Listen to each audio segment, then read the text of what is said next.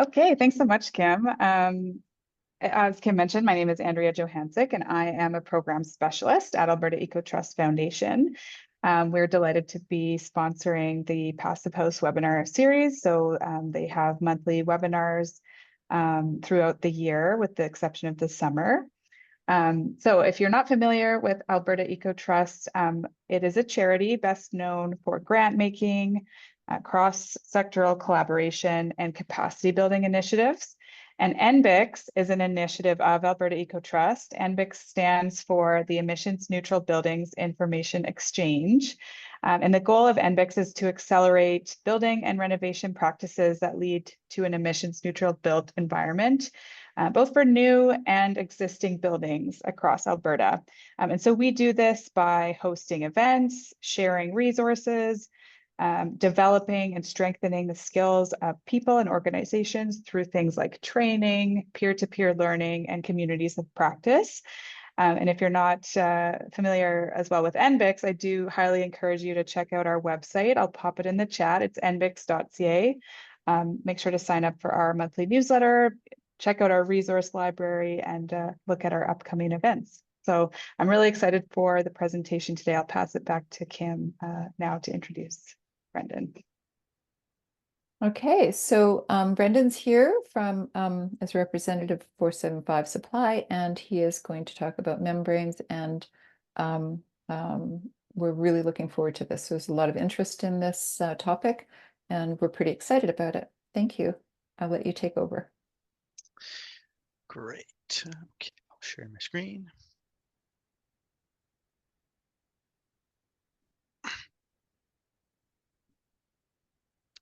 Okay, everyone sees that. Looks good, right? Yep. Maybe okay? Okay. Yep. Yeah, so before getting going, I guess just, yeah, thank you. Thanks to Passive House Alberta, to NBIX, to Kim and to Frank and to Andrea for setting us up. Yeah, happy to be here, and it's great to see more momentum for building better in Alberta.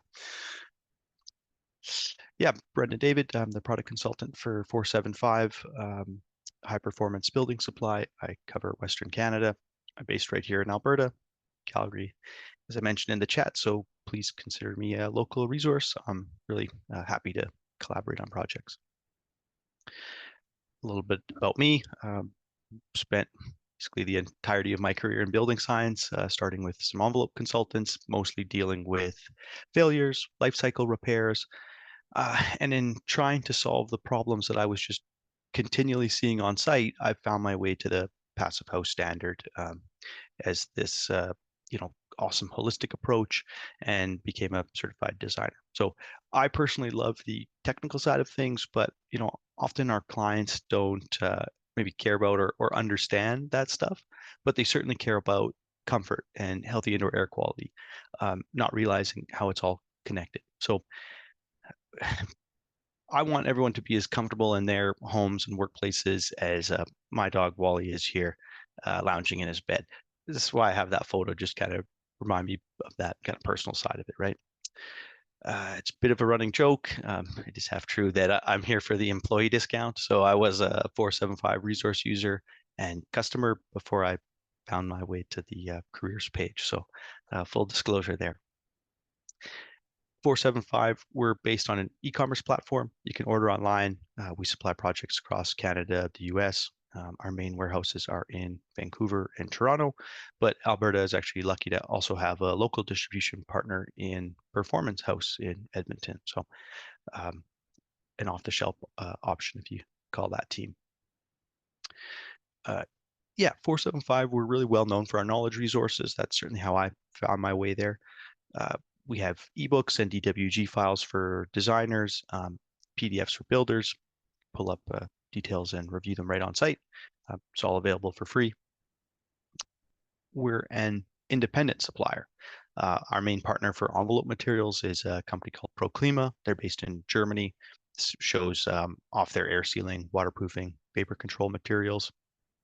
Today, you'll be hearing more about the Intello Smart Vapor Control membrane. There's basically two versions, Intello Plus, that's the regular version, and Intello X, the commercial version, which just has a higher tear resistance longer UV exposure rating, but they have the same internal performance layer, which I'll get into more detail on.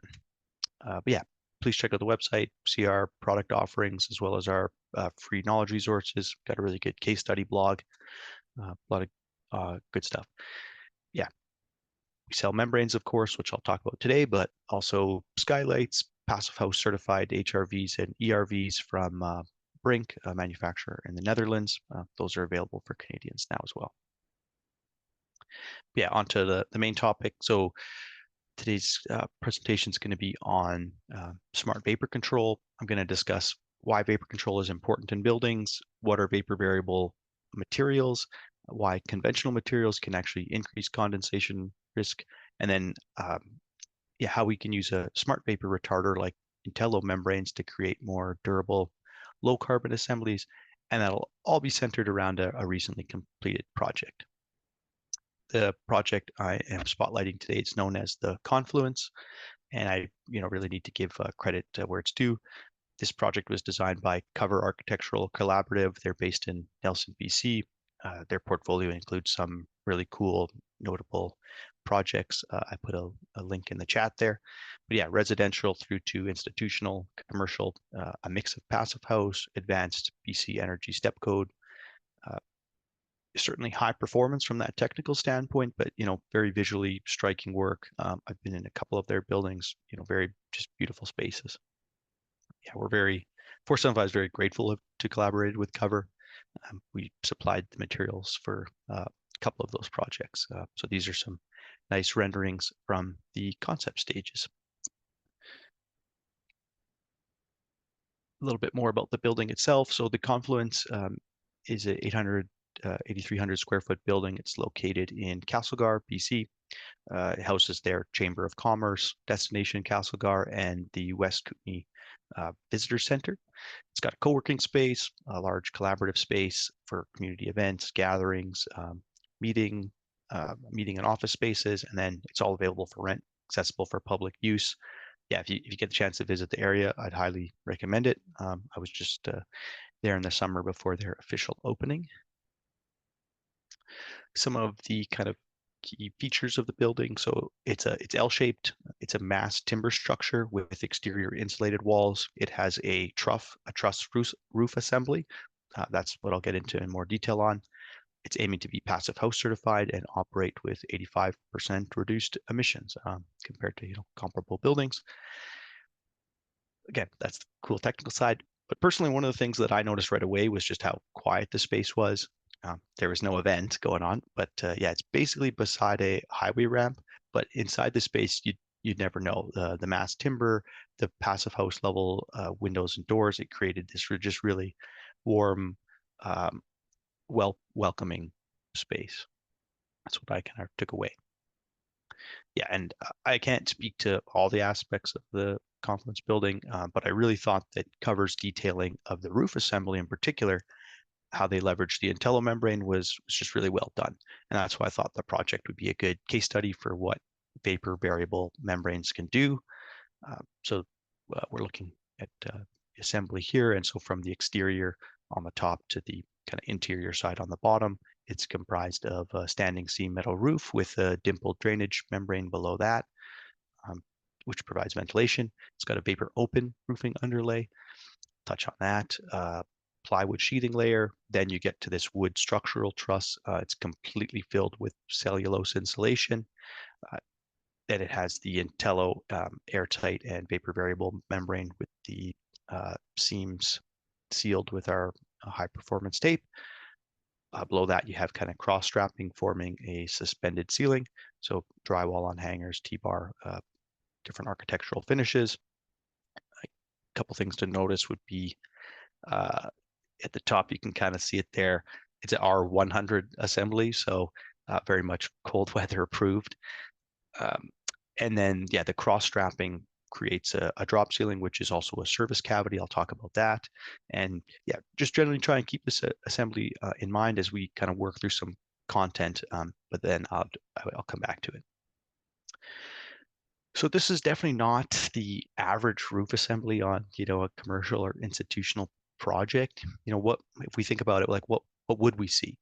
Uh, uh, in conventional construction, maybe a steel deck, which can be a big thermal bridge. If it is a truss system, again, most probably metal. So you do have thermal bridging, surfaces that can get cold very quickly. And of course, when it comes to insulation, well, in conventional construction, you're most likely to see foam. At 475, when it comes to foam, we say less is best. So foam material is airtight, but the install generally isn't. This was an image sent by a customer. They were doing a retrofit. As soon as they took the drywall off, they could tell that the foam insulation had, been dislodged for clearly had not been working for a number of years. This is another photo submitted from a client where they're looking to change their air barrier strategy once they realized the kind of foam was separating from the studs. This was a little bit more of an extreme case from a visual perspective, but in reality, even if it separates by, a millimeter, that's enough to kind of break your control layer. And it's not just kind of the spray foam that shrinks, rigid board foam as well can have this issue. So this is an article by Joe Steebrick, really well known in the building science community, talking about his own house and the EPS boards and sort of the thermal bridging gaps that occurred there, partly due to the shrinkage.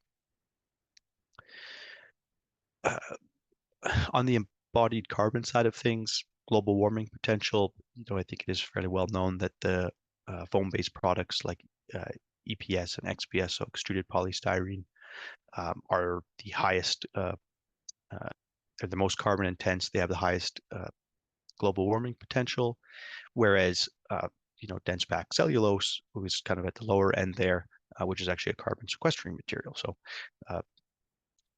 yeah, we talked about installation issues, of course, of that on-site manufactured spray foam, but we should also talk about the installers and the safety around that. So yeah, there's kind of two key components in these site manufactured spray foam. To create one of them, there's MDI binders and a chemical called phosgene. This is a World War I poster informing soldiers to be aware of phosgene as it was used as a chemical weapon. So probably not something we really want to be encouraging the use of in our buildings. And then, of course, it's they'll have toxic fire retardants, but ultimately it's still a fossil fuel product. So when they do catch fire, they become accelerants. Yeah, I'm not here to talk about foam. I'm here to talk about how we can build foam free and how we can do so better than the current industry practice. And I thought that covers detail was a really great example of that. The goal is to do high performance simply, and we can do that if we optimize the enclosure. Going back to sort of our first principles, there is sort of 4 key control layers in the building, but there's also an order of importance in how we should be tackling those control layers. So we have our water control layer, then we have our air control layer, we have our vapor control layer, and then we have our thermal control layer or our insulation. And it's pretty simple. Water, we want to shed it. Air control, it delivers energy efficiency, but also healthy indoor air quality. Vapor control allows our assemblies to dry. Thermal control at insulation, it's really more about right sizing. Yeah, this presentation is supposed to be all focused on that third priority, the vapor control layer, and how a vapor variable membrane helps with that. Except I do need to take a bit of a detour. So when I was preparing this with Frank, he did say that air tightness had been covered at length in a few recent coffee talk sessions, but unfortunately we can't get away from it. So this is my public service announcement. You need air control before vapor control.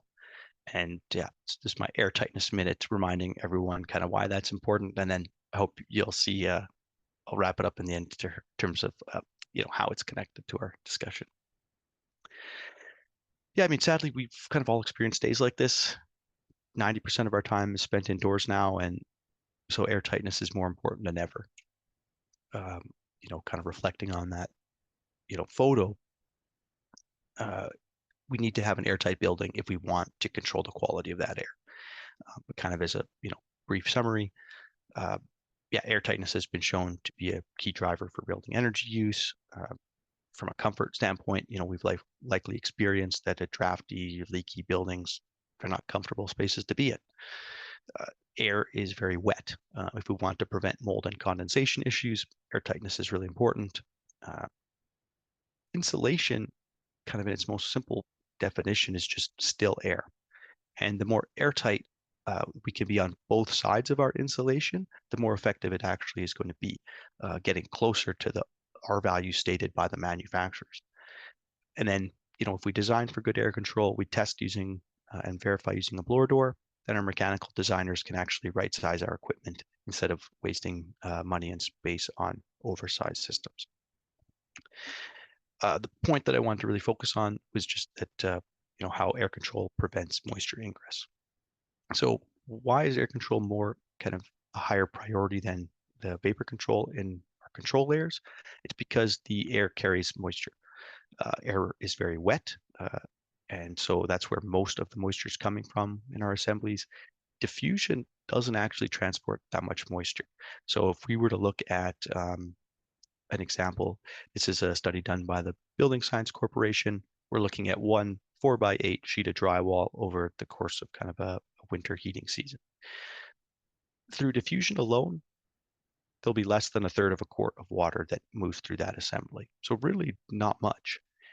Now, if we were to take that same sheet of drywall and punch a 1 inch by 1 inch hole into it, now you're going to have up to 30 quarts of water moving into the assembly. So we call that phenomenon air transported wetting. How much is 30 quarts? It's a lot. It's, a large jug and then half of one that you'd get from Canadian Tire and take camping for, your family for a whole weekend. So the big takeaway is just that air leakage is like a super highway for moisture transportation into our assembly. So it's really wet. Air is really wet. We want to prioritize air sealing if we have moisture concerns. And to kind of drive this home, we'll look at it slightly differently and why it's relevant to our overall discussion. If we look at the primary sources of moisture in our building assemblies, an air leak, the bottom right, it's also called infiltration, that causes the most of the moisture. Capillary action, which is the bottom left, basically wicking between two materials, that's the second most. If we properly air seal and then we stop capillary action, it's generally done with like a separation layer, then our vapor control layer just needs to handle diffusion and moisture inherent in the materials, right? Wood is wet, drywalling, that creates moisture in the mud. So yeah, our vapor control layer really just needs to then control those top two sources. Now, we're almost done with air control, but I also want to make a note of this. So while you can have an exterior air barrier strategy, interior air sealing is best. Condensation occurs when the warm air inside kind of meets a cold substrate. If we're looking at a typical wall assembly, right, that's when that's the backside of the sheathing. So if there's no interior air barrier, then you need to kind of warm that sheathing layer so it's not such a cold substrate, and then that warm air won't condense on it. The easier way to do this is just if we have an interior air barrier, it keeps the conditioned air within the conditioned space, so you don't have to care about the temperature of that sheathing. And also, crucially, with the right vapor control material, this inboard air barrier can and should act kind of double duty as our vapor control layer too. One of the easiest ways to incorporate an interior air and vapor control layer is to use a service cavity. It can be as little as a 1x furring strip on the interior so that there's room to run electrical, plumbing, etc. Yeah, a service cavity isn't required, but it keeps the details simple, and it also makes our buildings more adaptable, right? Those services can be rerouted or moved around. Even walls can be moved without ever damaging or touching our critical control layers. Okay, so I hope that detour into air control kind of made sense in our larger conversation about vapor control. But yeah, now our next assembly control layer to prioritize after air control is the vapor control. In old buildings, and this is still true for our code-built buildings, we bake our walls dry. So the left infrared image shows all the heat loss in a poorly insulated wall assembly. That heat loss and inefficiency drove the vapor out. That's the old way. In high performance projects like this retrofit, when we over insulate our assemblies, that's the infrared image on the right, we now have to have drying occur through diffusion. And if designers don't account for drying through diffusion, you're not going to get drying. And the more we increase the insulation, the more we can actually increase the risk. We don't want to be creating vapor traps. We want to try and let things dry through diffusion. In Canada, we have a heating dominant climate. Yeah, if it's, again, we're looking at a wall assembly, inside and outside. On the inside, it's, hot and humid, and the outside's cool and dry. And so that vapor drive wants to go from inside to outside. The trick with that is that in the winter, vapor drive being outward, so we want our assemblies to be able to be kind of vapor open to the exterior, but then have a vapor retarding material on the interior. Conventionally, we use poly here. It's kind of the line shown in blue. It served us well, but it's a one-way street. So in the summertime, or if we're adding active cooling or air conditioning, the conditions are reversed. So it's more hot and humid inside, and now we're trying to keep it as cool and dry as possible on the inside. And so the vapor wants to move from the outside in. In a conventional assembly, it can hit that poly, and now it's trapped. Kind of going back to the infrared image, that kind of heat loss and inefficiency. Okay, well, it kind of helped that dissipate. But as insulation levels rise, the vapor variability portion and allowing for drying to the inside becomes a lot more important.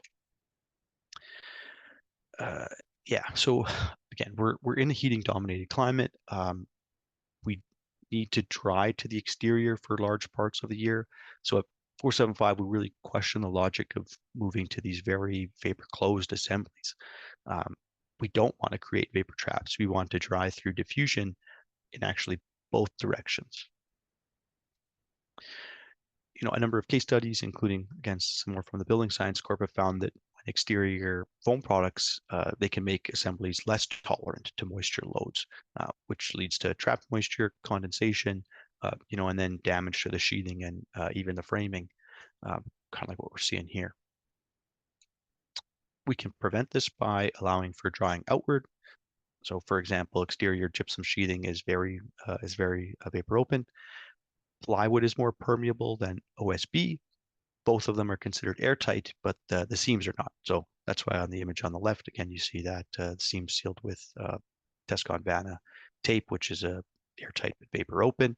So both of these are kind of examples of how you can allow vapor to dry to the exterior. Another method is to go sheathingless on the exterior. So the sheathing is now fully on the interior of the insulation. Of course, that's a vapor open insulation. The left side is showing an I-joist assembly. The right is a Larson truss approach.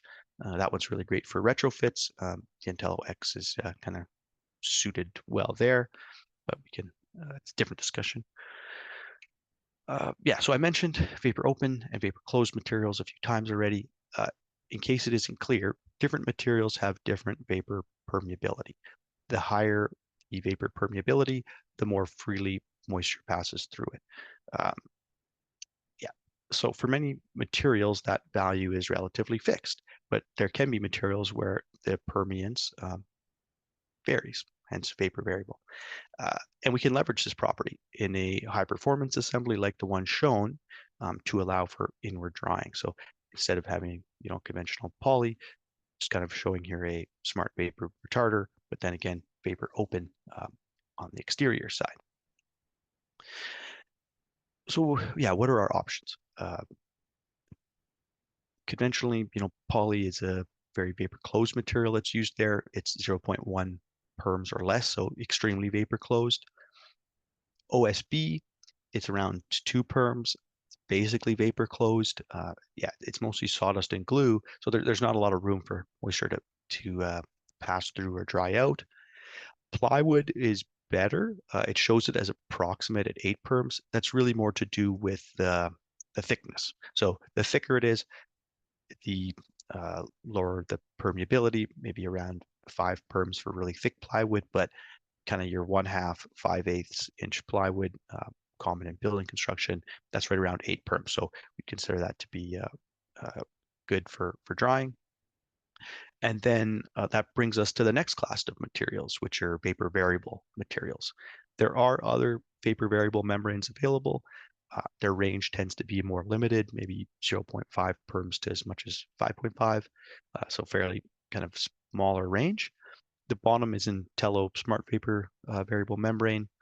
The permeance there can change from 0.13 all the way to 13.2 perms. So that's kind of the best in class range.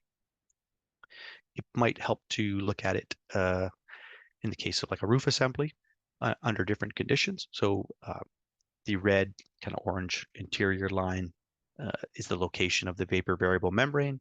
The membrane changes permeance based on the relative humidity.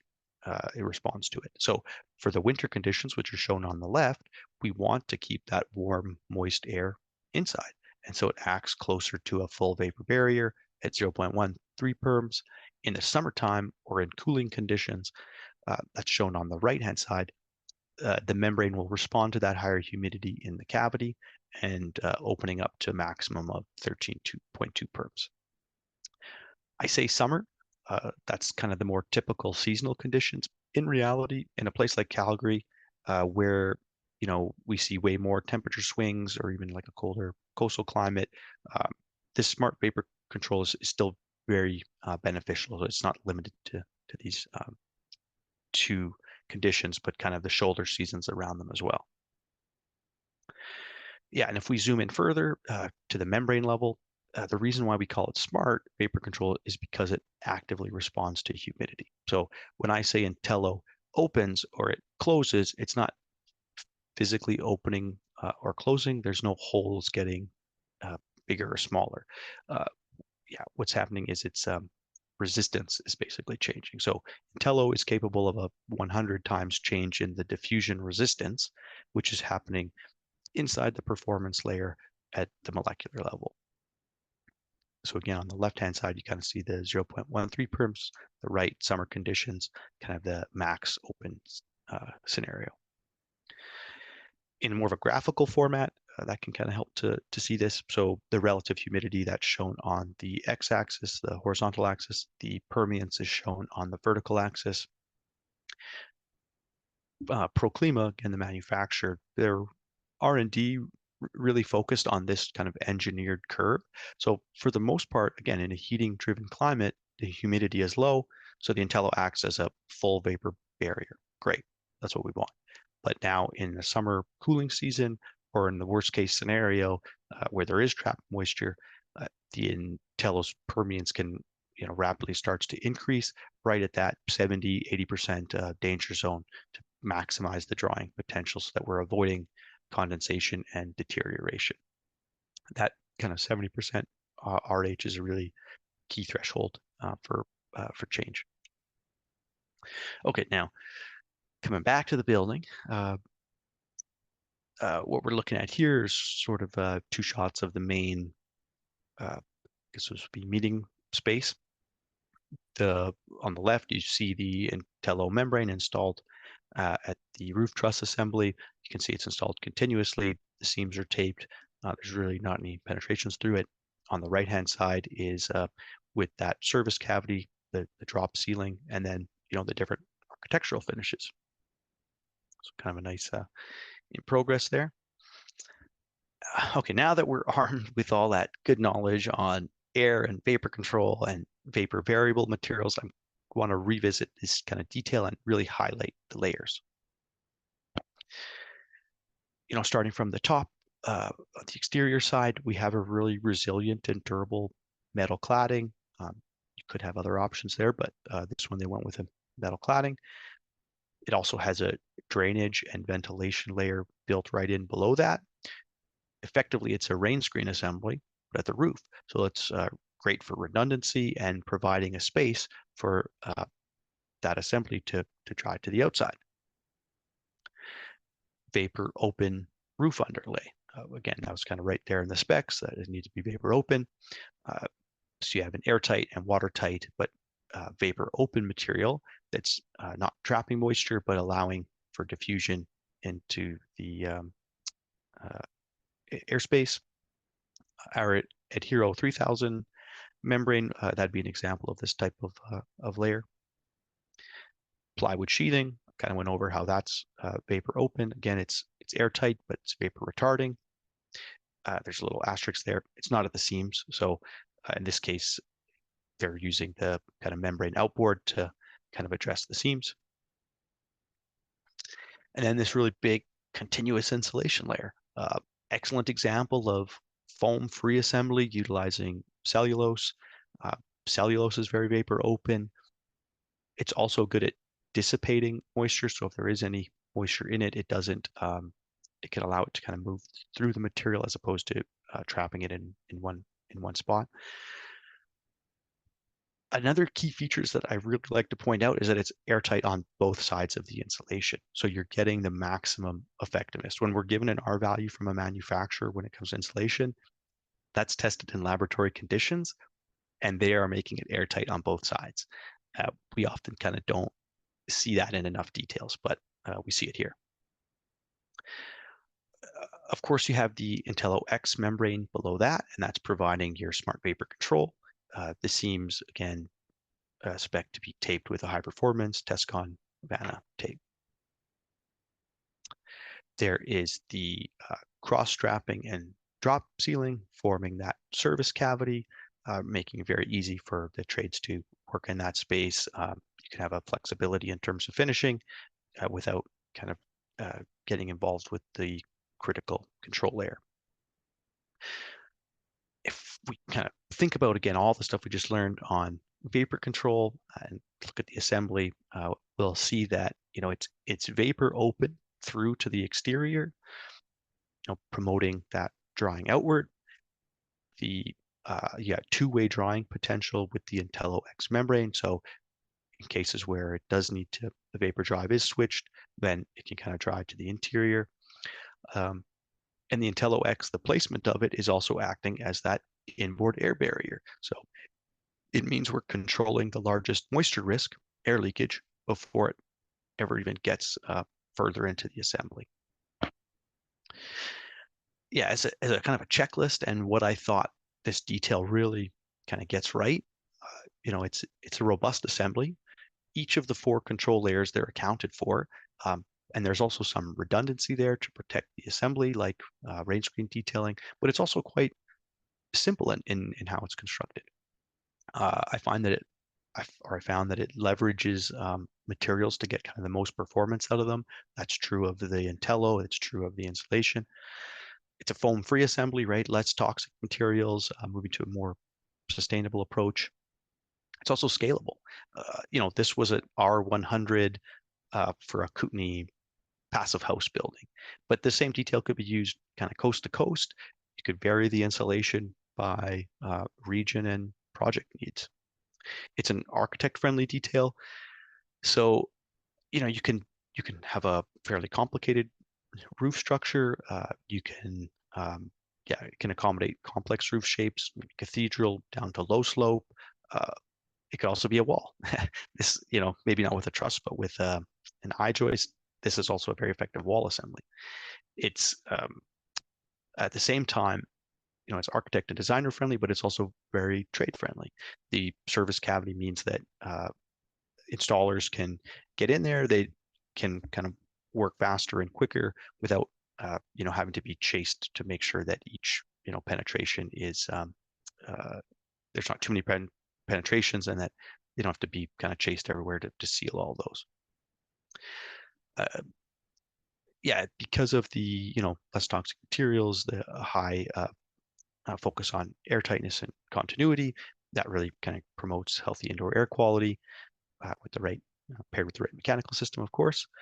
And this one is in the Kootenays. It could just as easily be in Alberta. It's certainly a cold and harsh climate ready solution, and it's adaptable to future uses as well. the next kind of progress shots I thought were a good example of that. So on the left, you kind of just see general progress. The two kind of photos on the right show the interior partition walls. You can see that the membrane was installed before those partition walls. So if occupancy changes further on down the line, you could, relocate these walls without really damaging your control layer. So it's great for, that we have an idea of how this building is going to be used now, but 100 years, 200 years from now, that might change. And this assembly, allows for that to be adapted to those changes.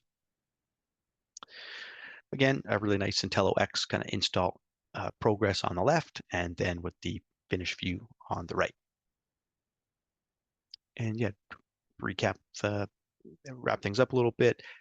Remember, it's a holistic approach. So today we talked a lot about really good detailing that was highlighting airtightness and the vapor control and continuous insulation, which kind of prevents the cold spots or thermal bridging. But we, balanced fresh air systems that incorporate heat recovery. It's also important. High performance windows and doors.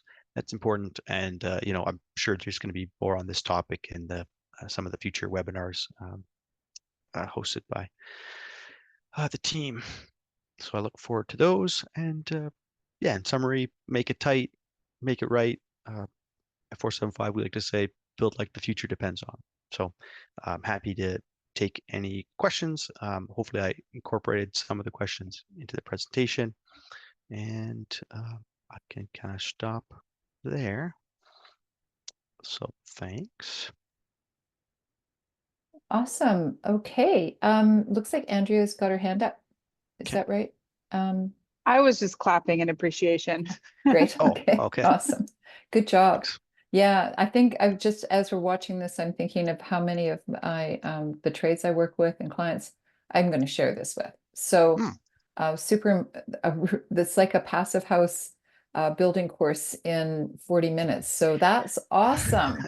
I knew Frank was like, we some of the stuff we've definitely chatted about, but when it comes to the larger context of what the material can do, you kind of do have to go back to those first principles. So I couldn't get away from it. Thanks for sticking with me through it. One question that Frank asked was more around cost, and I couldn't quite squeeze it in, but I'm happy to chat about that kind of now. So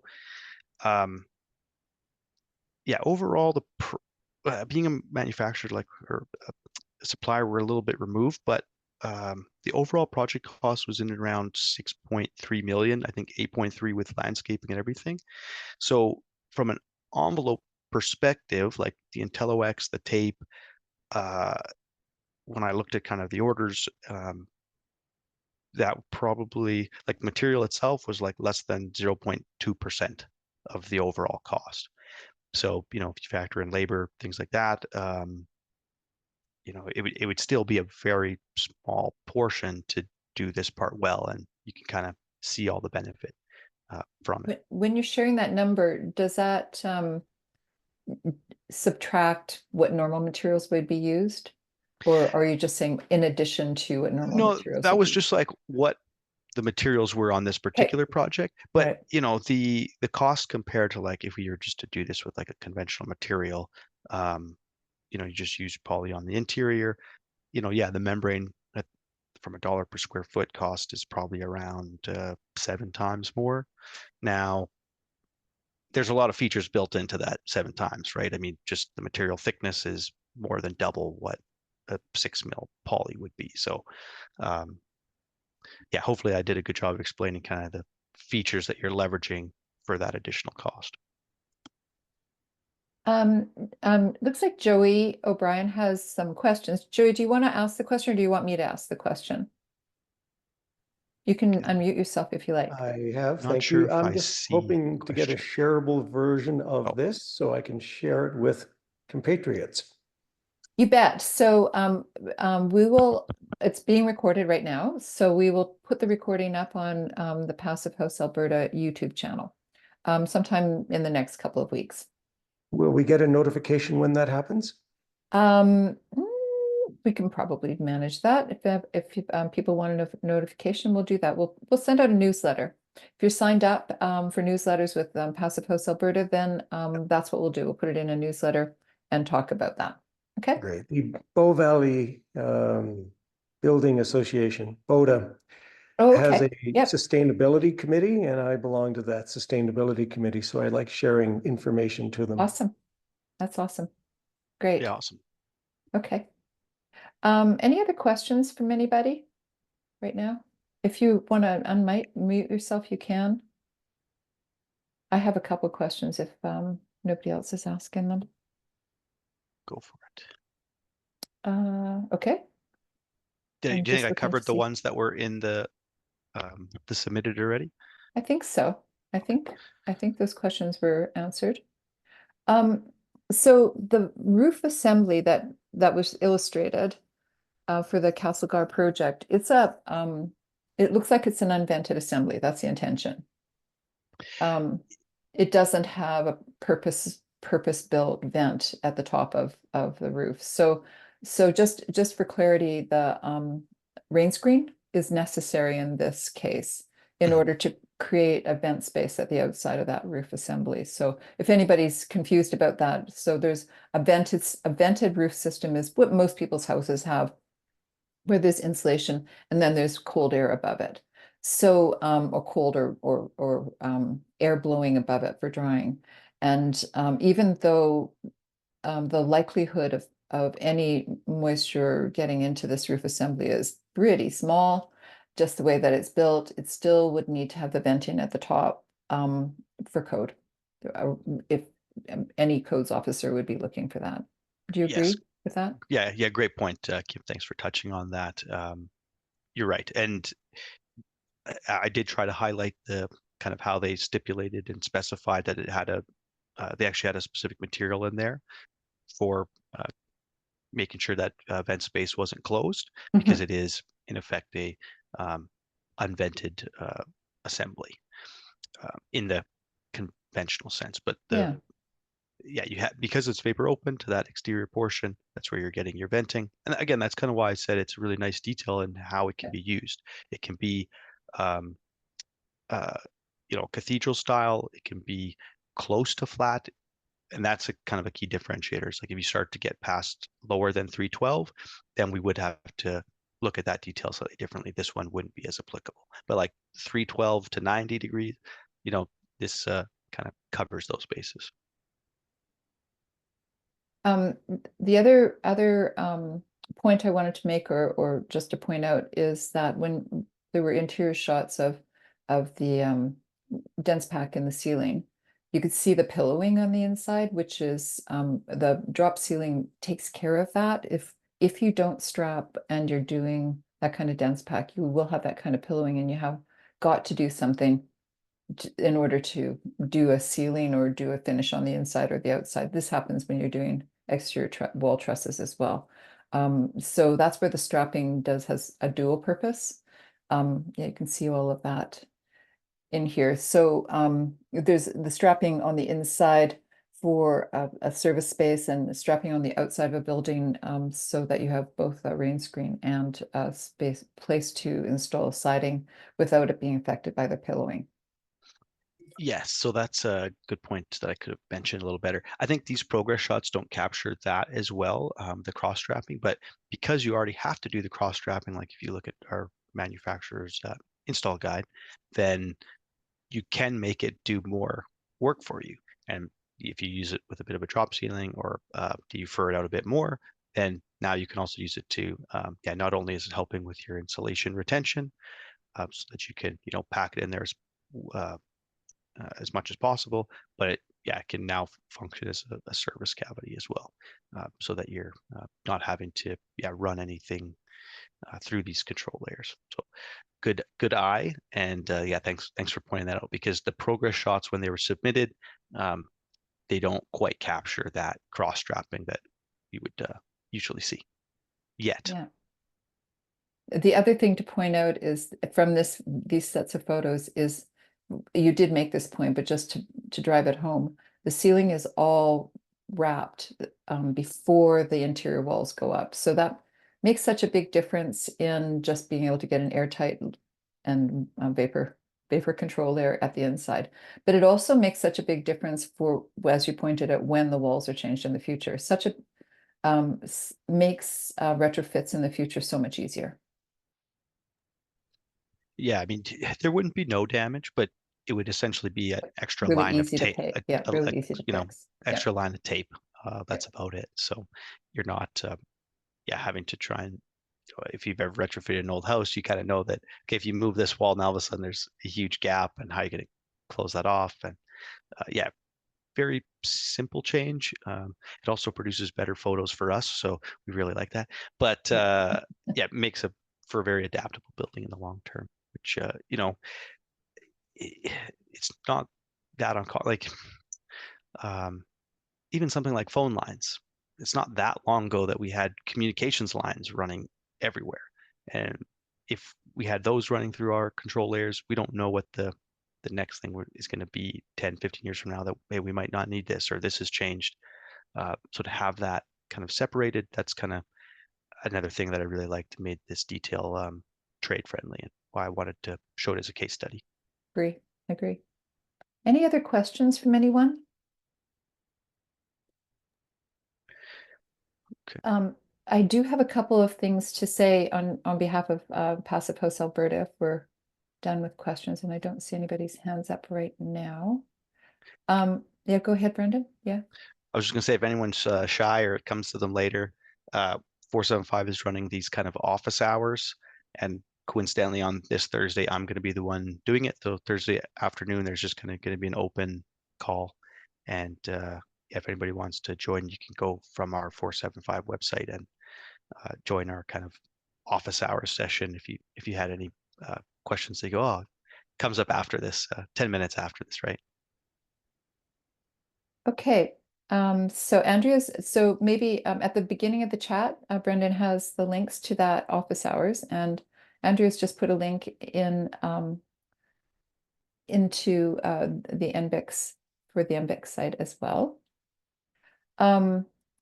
In terms of Passive House Alberta, a couple things. If you are interested in signing up for newsletters, I'm not sure how you learned about this, whether it was through LinkedIn or whether you are a member already, but if you'd like to get newsletters, then visit our site and sign up as a member or for newsletters.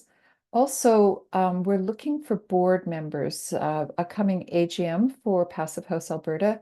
If you're at all interested in helping us spread the information, education about building better, that would be fantastic. We're on to a couple of very exciting projects with Passive House Alberta. One being looking for missing middle floor plans. And then these talks, Building Better talks, partnership with NBIX, which we're really excited about going forward as well.